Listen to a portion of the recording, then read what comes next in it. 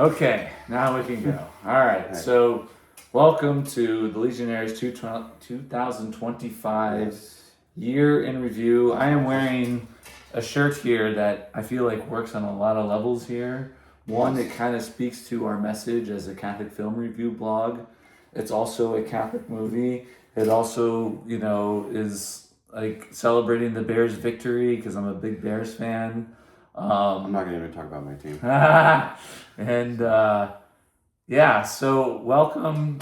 If you're watching us live, which we don't have anybody live yet, but that's all right. Or if you watch us later, I am Albert Fote. You are I'm Cameron Saya. And he's Cameron Saya. So now, if you haven't seen these before with us, now you have faces to put with our reviews, and Yes. and you Yes. can hate the face if you hate what we have to say about a movie. But yeah, anything else you want to say as an introduction? No, but I liked how we have different choices for our films because we're not like overlapping with each other and just like, we just have to, it's not going to be copy and paste, but because I've seen your selection and you have not seen mine, but they are different. Yeah. So, and I am proud of the films I chose, even the one I saw, which just writing about it today, just thinking about it, I'm like, oh my god. Chucking a little. Yeah, just, Okay. yeah. Well, let's begin with a prayer, shall we? In the name of the Father, and the Son, and the Holy Spirit, amen. Lord, we thank you for another year. We thank you for being back here and able to do a year in review since we missed last year. And we ask that you speak through us and just help us have a good time and a blessed Christmas. And please extend your blessing to anybody who sees this. We ask these things in Jesus' name. Amen. Right. All right, so what we're going to do is we have a best of 2025, we have a worst of 2025, and we have a biggest surprise of 2025. And then we're going to throw in an honorable mention to last year because we missed last year, and we need to make up for that. So that's what we're going to do.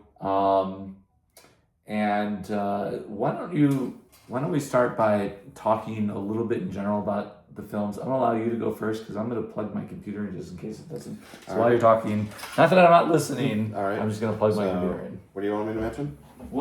Give some general ideas as to, why you picked your films. So the films I chose are the ones that were, like the one I chose, I'll give a little hint, is something I just saw somewhat recently. I had a hard time picking this one because there's some decent ones. One was from earlier year, which I know, ironic title because of this channel, Sinners. But I really adored that film because of just the direction, acting, the use of music, and how just just the enemy, the antagonist of the film on paper has some good words, but when they're coming from a place of evil, it just shows that temptation that we could deal with on a daily basis. Another one that would have made it would have been Avatar: Fire and Ash, because I unapologetically love at the first Avatar. I've seen that 5 times in theaters, and I love Avatar, the Way of Water. But I saw Avatar: Fire and Ash, and I really enjoyed it, but it feels like a retread from the same movie. Yeah, same movie, and I don't blame people who make that complaint. So the one film I actually did see just recently in theaters, even though it's a Netflix film, again, a little hint right there, but who do you want to go first, or do you want me to? Well, what I was just going to say first before we continue is, like, unlike previous years where I've gone with movies that didn't necessarily come out in the movie theater, some of them I saw at home. Every movie I picked for 2025 I saw in the movie theater. Okay. So it truly was a year in the cinema for me.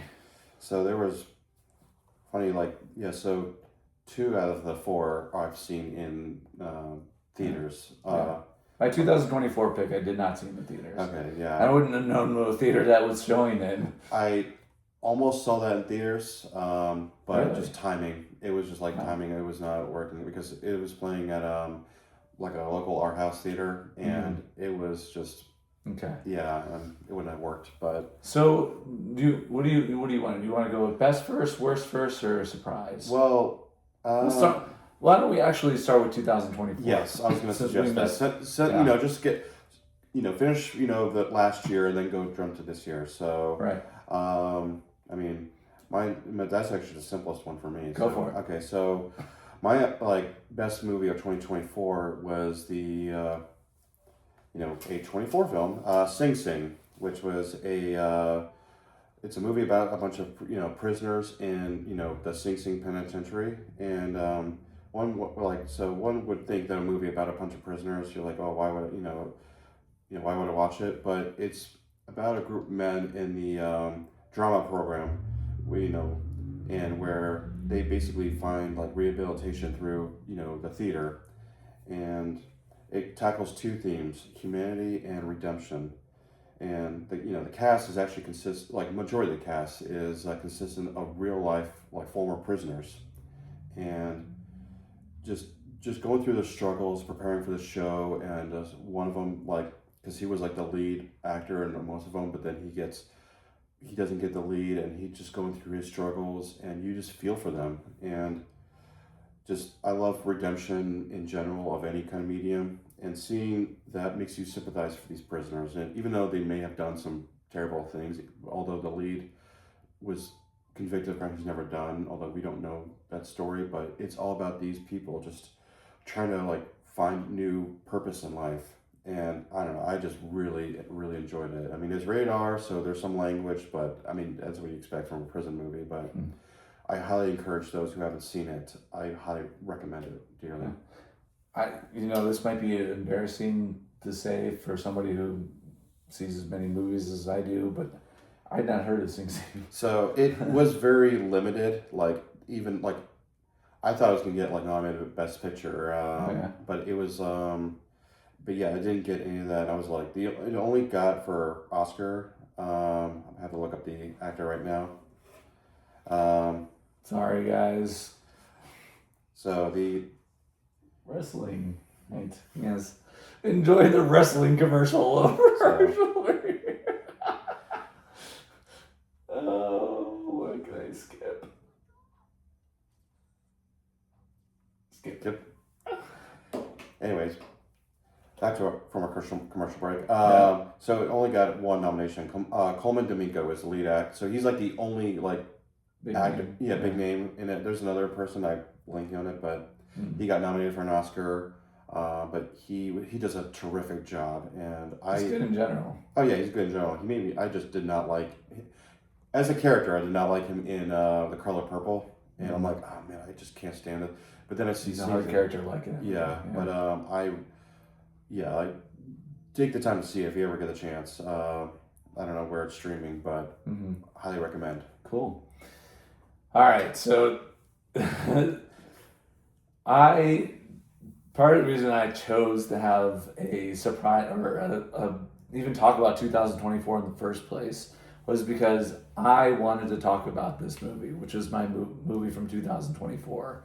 It did not come out in 2024, which is different than what happened with my choices for 2025.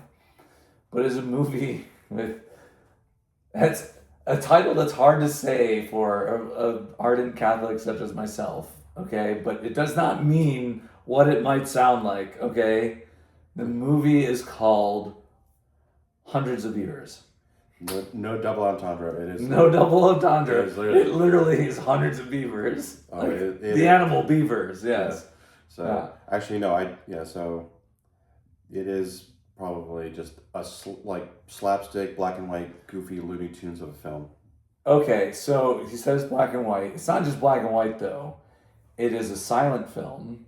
Okay, and it's about a fur trapper in the 19th century. Okay, and he's hunting animals, but these animals are played by people in furry costumes.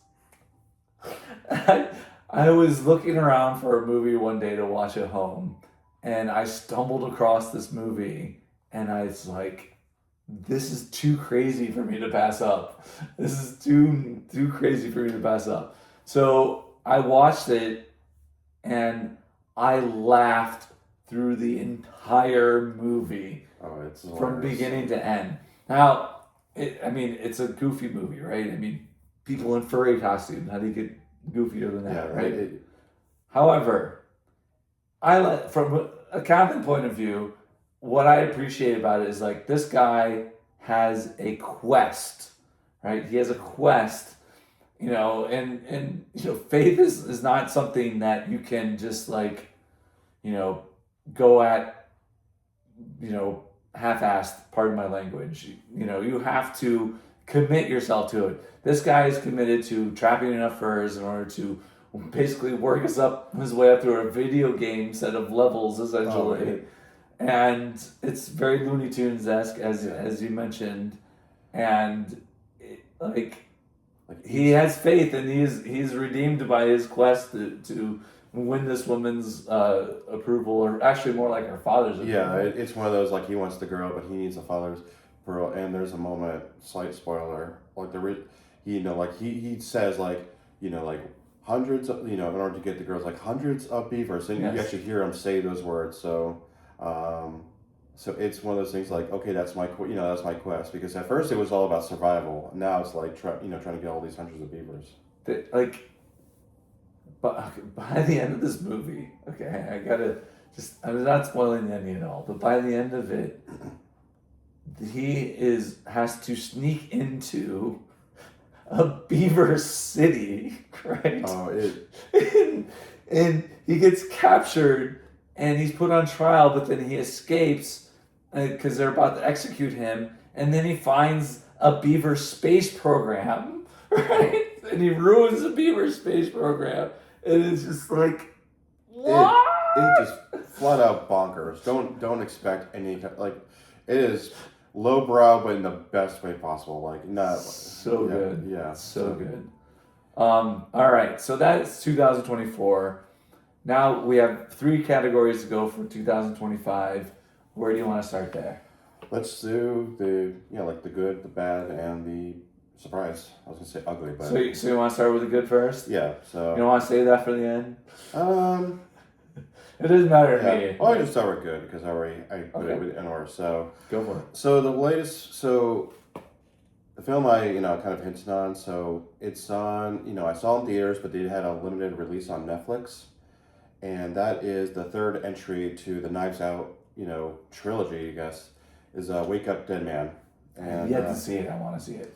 So Been mired in Christmas movies the past 2 years. so I'm a big fan of Rian Johnson in general, from his films, the Knives Out films since the beginning. But I really think Wake Up Dead Man is probably his best work. But best work as in the trilogy, but also that's probably my favorite film of this year. And I know there's critics that say like Sinners or One Battle After Another are superior, but I think this is personal level on just basically on it because features a Catholic protagonist.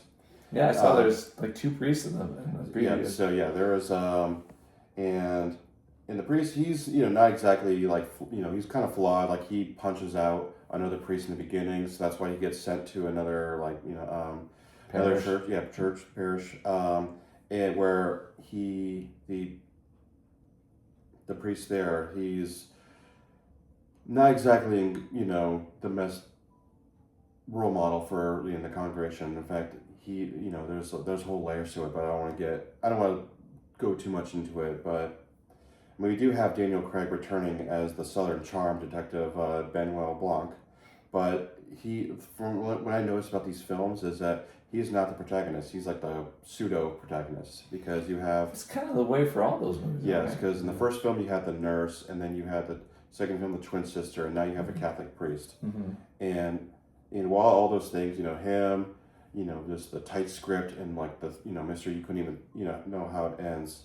It's just that character of the priest that I really and how they treat him was the biggest highlight for me. And while there are scenes of scenes of were filled with dialogue and imagery that might be a little unsettling, like there's one character like destroying Catholic not relics, but like props, but I'm hoping they're fake. It does end on a very satisfying note where the way they treated the priest character and how it all comes together just really satisfies my, Catholic self, and I highly recommend for those, who haven't seen it yet, definitely do. Even if just not on Netflix, but seeing the theater was just amazing. I know some people might be like, I don't know, but I know it's probably the best quasi-Catholic film I've seen in a while. So Cool. Yeah. So my best of 2025 is a title that for friends and maybe some of you who have read some of my stuff on the Legionnaire, you will not be surprised by, and that is Downton Abbey: The Final Chapter. I love the show so much. Actually, before the movie came out, I went back and rewatched the entire. oh wow, Yeah. So yeah, I love Downton Abbey so much. I love all the characters. Julian Fellows, the writer of Downton Abbey, is a genius. I don't know how you have so many characters that all need some sort of screen time and weave it all together the way he does. I mean, that's talent. But I mean, gosh, I don't even know. Like, what did I say in my little thing about the Catholic angle to this? There's do you have it there? So you put down how it has little to do with Catholicism, but that is nothing new when it comes to cinema. I look at it to this as a reminder of what God gives us in terms of past, present, and future. How the past is for learning, present is for doing, and the best we can. And these things will make the future better. So Yeah, like there's a lot of nostalgia with Downton Abbey, and that's kind of typical for a period piece, right? I mean, we watch these things because we want to get a sense of what it was like back in the day, right? And cinema and shows like Downton Abbey really help with that. And Julia Fellows does his research for these things. Like, there's a really funny there's a funny commercial they did once for Downton Abbey for one of their Christmas specials where the characters are like Julian Fellows is in the room with them and the characters are getting mad at him because like he freaks out when there's the wrong bit of cutlery in a scene, right? Because he knows his stuff, but like there's nothing that we can do about the past. God gives us the present. So in a way, like loving something like Downton Abbey is dangerous because like it's about kind of dwelling on the past, yeah. And we shouldn't do that, but it touches my heart, man. And Lady Mary is my favorite character, and she kind of becomes the main person in these movies. And she's sort of like, I don't know, I guess she's become almost the biggest name of the series outside of Hugh Bonneville. I forget what's her name that plays Lady Mary? Michelle Dockery. Okay. Yeah, but so I love her, and but it's interesting because she, like, one of the first things that happens to her in this movie, she gets divorced, which is something that happens. We're not supposed to get into a marriage in order to be divorced, and they make a really big deal out of it back because this is set in 1930 something, 32 I think it was. But anyways, it's just lovely story, well acted. It warms my heart. So I'm happy for you for that, because I have not seen any of the films because I don't want to go into, because I have very little with the series itself, but hearing you just having all that sentimental value for it is like I'm happy that you're happy of all, because it's like we don't want to end on a sour television series or movie like Game of Thrones, but I'm glad it ended in a good note for you, and Fantastic. So, and I like how it says like final chapter, so just kind of put in a bow. Amen. So, yep. Bad or surprise? Let's do bad, because we'll end on a good note. Okay. So My latest review is sponsored by Amazon. Not really. I just have to put that there because the latest. So my worst film of 2025. Oh, jeez, it's World of Worlds. Oh, I've heard about this. I didn't see it, but I saw the honest trailer for it. Yeah. So the reason I gave that little joke, is about sponsored by Amazon, is because there is product placement of Amazon throughout the film, and it was released by Amazon. But here's the thing, though: it was not produced by Amazon. It was produced by Universal. So, but it was, and they filmed it in 2020. So it's been sitting. Like, oh, we did post production for 2 years. I'm like, why didn't you release it back in, 2022? But either way, it was sitting on a shelf for like 5 years. Like, hey, let's release it. So think of a World of Worlds scenario, the tripods and everything, but it's set through a computer screen. I know that some other films have done that, like Seeking, like Unfriended or something like that. But imagine like a government employee trying to figure out, like Homeland. I think it's a government, Homeland Security, like trying to figure out, does his job at like,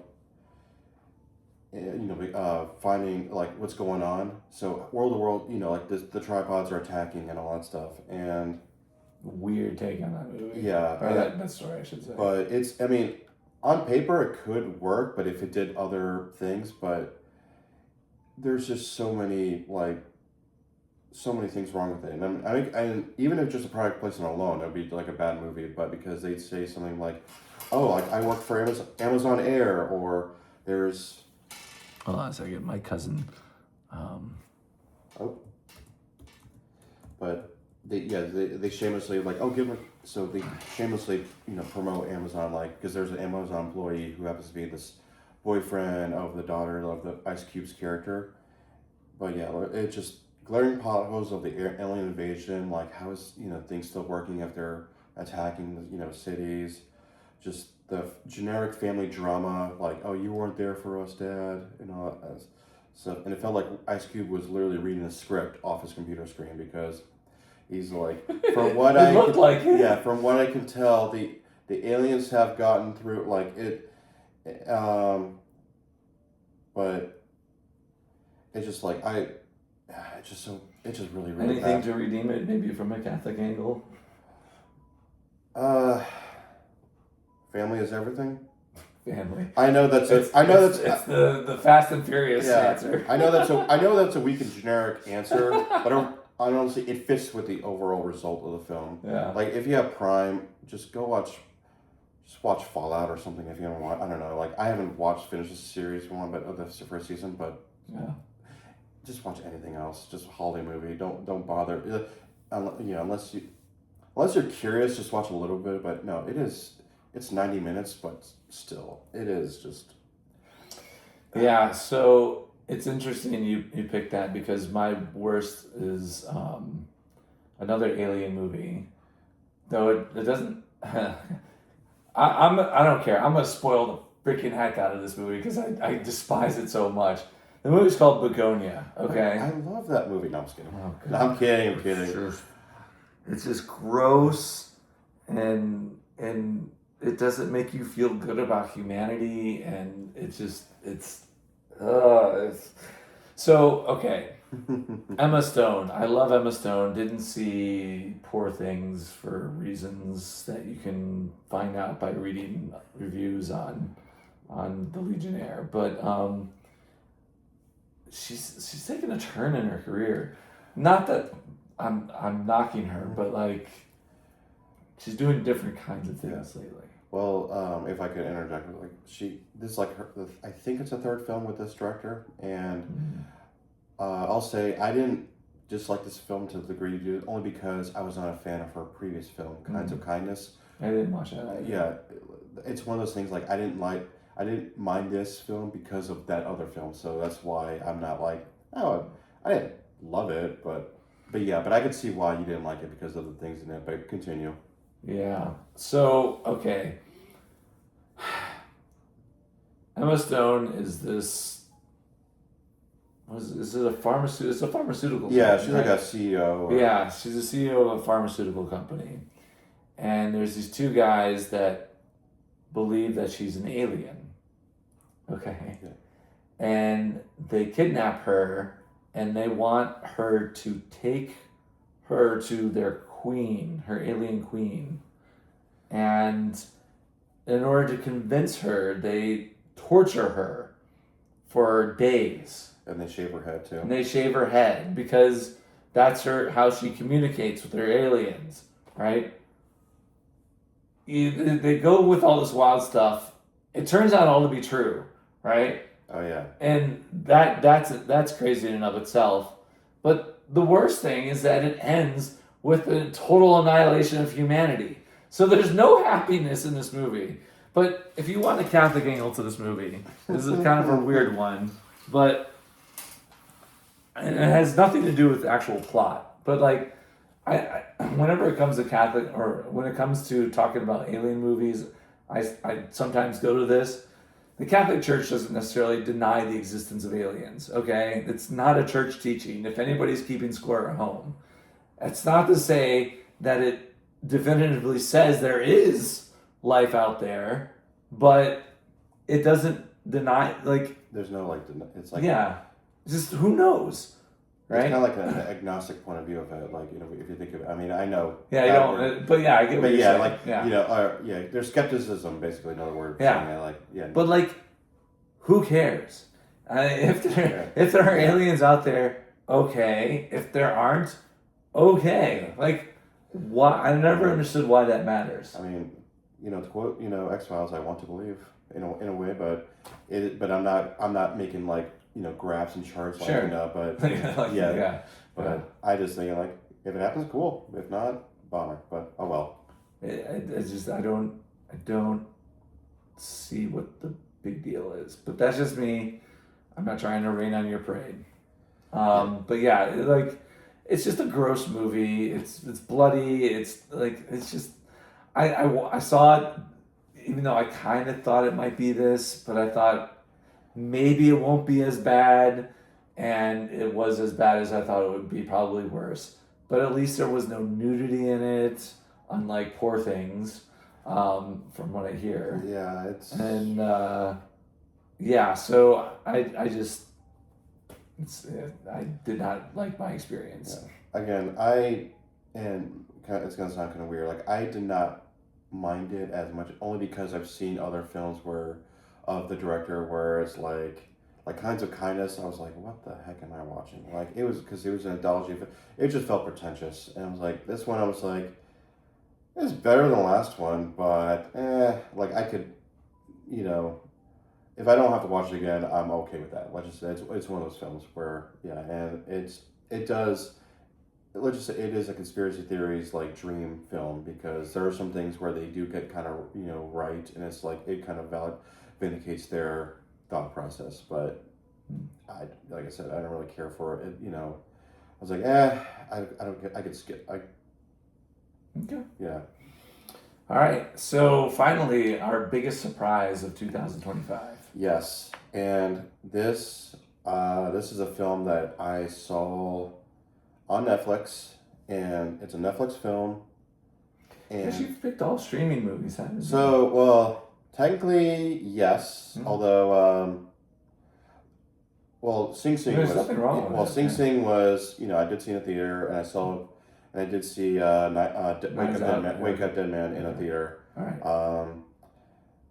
So this one was streaming, although this went to theaters for a little bit, Oh, yeah. because of how successful it was. And that film is K-pop Demon Hunters. So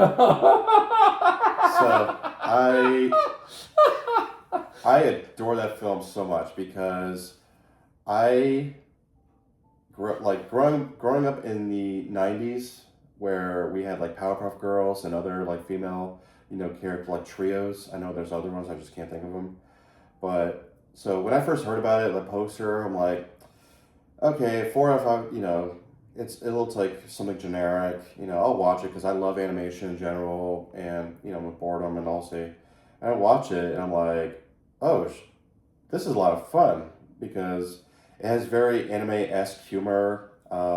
The trio, you know, of heroes, and, you know, just a catchy soundtrack too, which I wasn't, like, I'm not even a big, like, K-pop fan. Like, I can't, The only one I could think of is like BTS, only because merch and all that stuff. But it was just something I was hooked on, and I wasn't expecting of it. But for those who haven't seen the film, it's about these K-pop entertainers known as Huntrix, where they masquerade as demon hunters. No, they masquerade as singers and to Yes, do their demon. yes, Yeah. yeah. Sorry, I'm mixing. I didn't see it, by the way, but yeah. But in order to protect the world, there's a huge plot to go with it. But I don't want to go too much. One major issue throughout the film, however, is that one of them, Rumi, who's kind of like the quasi leader of it, she is actually half demon herself, but she's kind of that's like her biggest shame, and she keeps a secret with her other friends. But when a K-pop boy band shows up, who where they're actually demons because they're their version of the devil, you do like the fight fire with fire situation. So they basically have a K-pop boy band to kind of basically they're trying to steal the souls of entertain the population. So they just kind of use their music to lure them, and so she's trying to Devil music. So they're trying to she's trying to get through all that. So it's just complicated because one of them knows her secret. So, and as a Catholic, I just love the premise already of demon hunting, but it's also how we can't choose our origin. We don't know. We can't choose our beginning. So because she would that's her beginning, which we don't really know too much about. One of my biggest problems with the film is that they don't show too much of her how her parents met. There's no 30-second clip of that. But I think there's gonna be in a sequel. They're gonna have because there is gonna be a sequel for it. But it shows how even if we're ridden with shame, with hers is being a part demon, we can control how we go on with that and how she chooses, and she does it to save humanity. And again, I don't want to get too much into it because for those who want to, it was just a biggest surprise. I'm like, oh wow, this is a lot of fun. And if I had the time, because I was trying to catch up with other films, I would have seen it in theaters. It was the end of August. They had it in for a weekend, and then they had it back in around Halloween time. But yeah, it's just a lot of fun. I know it might not be everyone's cup of tea. Pointing at some people, but which I understand. But like I said, I was expecting a generic Netflix film. Oh, hello. So I will say I've almost watched it a few times to review it, but I just every time I've get to that point, I'm like, no, I'll click something else. Yeah, which like I said, I understand. It's because there are some images where it's kind of again anime-esque, and it's I'm talking not Studio Ghibli, not Studio Ghibli too. I'm talking mainstream, but yeah, it's a well balanced too because there are some dramatic parts and and for a PG film too. So it's really good. Glad you like it, sir. Yes. My biggest surprise was the Naked Gun movie. Yes, I have seen that one. I mean, the trailers for it were so good. I don't know if you remember the very first trailer where it was just the characters in front of the characters they were replacing on the wall, and they get to the one that was placing O.J. Simpson. Oh yeah. Everybody else is crying in front of because they're supposed to be their son. Yeah, and then they get to the O.J. Simpson one, and the guy just looks at the camera and is like, no. So it was perfect. They nailed the spirit of the original movies. Nailed it. But I also feel in a strange way, I don't even know how to describe it, it was its own thing as well. Yeah, it's self-contained. Yeah. If you've never seen Naked Gun film before, I mean, there's subtle hints that there are some previous films, but you will not get lost whatsoever. No, but it's just hilarious, and again, I don't know what to say about it from a Catholic point of view. What did I say? I think. No, I mean, Liam Neeson, he was like it was just a big surprise for him because he was doing like he's playing it straight too. He's not like you don't hear him laugh or anything. He's just playing just straight face, very focused. No, because he's like that was how Leslie Nielsen did. Yeah. It. Yeah. And I'm just surprised 'cause I thought it was gonna be like rated R because I thought like in the first trailer there was like showed like little blood and stuff, but I had to double check. It's PG-13, and There's some innuendo in there. yeah, there's an innuendo, but I'm starting to appreciate the PG-13 like label a lot bit more because I feel like it's like the old saying goes, less is more. Because Wake Up Dead Man, to go back to that film, that was PG-13. I'm like, it could have been rated R because it was released on streaming, but I'm like, I feel like when you pull back, you can actually be a little bit more creative instead of just saying like loose, right, F word, F bombs, and all that stuff. But yeah, just being able to do that humor for like Naked Gun, which I can't remember if they're rated R or not, but yeah, just being that funny too. Like, yeah, that was a big surprise for me. I'm like, oh wow. Yeah. Again, I don't know what to say about it from a Catholic perspective. I'm sure I said something. What did I say? So, other than that, warn against it's suggestive humor. That's the only thing. Yeah, I mean, I guess there is innuendo in it. So if it's not a movie for kids, obviously, even though I mean you could make the argument for PG-13. You can show it, but like I wouldn't. There's adult humor in it. Yeah. It turns out to be like the innuendo is something is happening. It looks like a sexual act, but it is actually not a sexual act. But I mean that's a Naked Gun movie for you. Reminds me of for better or worse, Austin Powers, like the early Austin Powers movie. Although I think those movies are a little bit more crude with the sexual content. Yeah. But yeah. That's a series I've been meaning to do but haven't gotten to yet.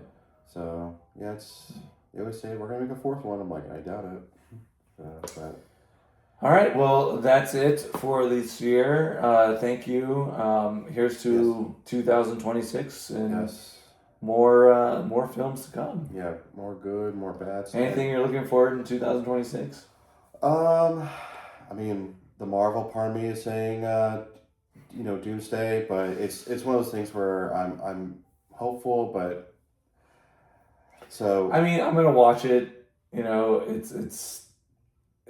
I mean, I'll watch it. I'll review it. I'm sure it'll be fine. The thing is it's like they've lost a bit of their magic, right? Yeah. Hopefully they'll get back to it. Let's see. So there is one film I'm looking forward to only because of a certain studio, and it's called Wildwood, and it's by the Laika.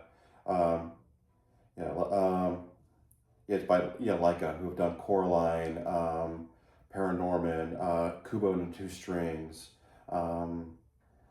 There's some other films, but no, I adore that because they put so much attention to detail on the stop motion animation. So it's just seeing this is their first film since 2019. So as of right now, that's probably my most anticipated film, but we'll see. I don't know too much of it, but there's also The Mandalorian and Grogu coming out. Yep, which I'm very much looking forward to. Be our first Star Wars film since Rise of Skywalker. Yeah, and there's some other movies that are coming out next year that I'm looking forward to that I can't remember right now, but yeah. I know it's one of those like we know there's stuff coming out, but it's like I know Supergirl might be fun because we get to see like the contrast of like Clark Kent, Superman, where he's kind of like a Boy Scout, but she's like just kind of a foul mouth drinker. Yeah. So yeah, I didn't care for Superman and.